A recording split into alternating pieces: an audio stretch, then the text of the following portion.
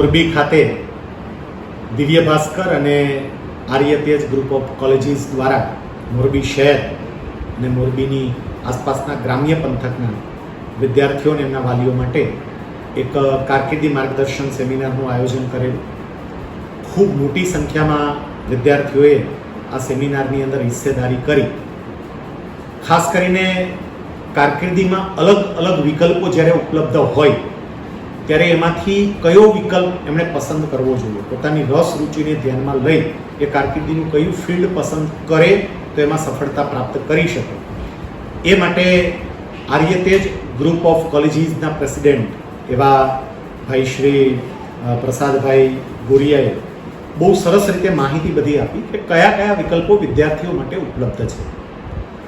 વિદ્યાર્થીઓએ કોલેજની પસંદગી કરતી વખતે કયા માપદંડો ચકાસવા જોઈએ એ બધી માહિતી મળી. વિદ્યાર્થીઓને કયા કયા પ્રકારની સ્કોલરશિપ મળે, કારણ કે ઘણી વખત ખબર જ નથી હોતી એ સ્કોલરશિપ માટે એલિજિબલ હોય પણ એમને સ્કોલરશિપની ખબર નથી હોતી, તો એમને કઈ કઈ સ્કોલરશિપ મળે છે એ વાતો પણ કરવામાં આવી.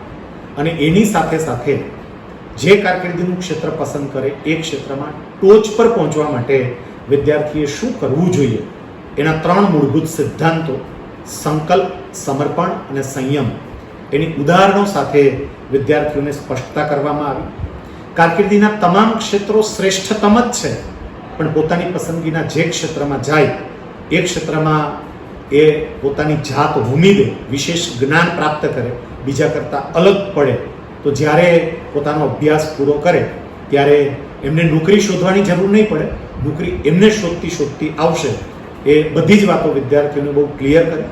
ત્યારબાદ પ્રશ્નોત્તરી પણ રાખી કે જેમાં વિદ્યાર્થીઓને મૂંઝવતા પ્રશ્નો એમણે રજૂ કર્યા અને એમના ઉત્તરો આપવામાં આવ્યા.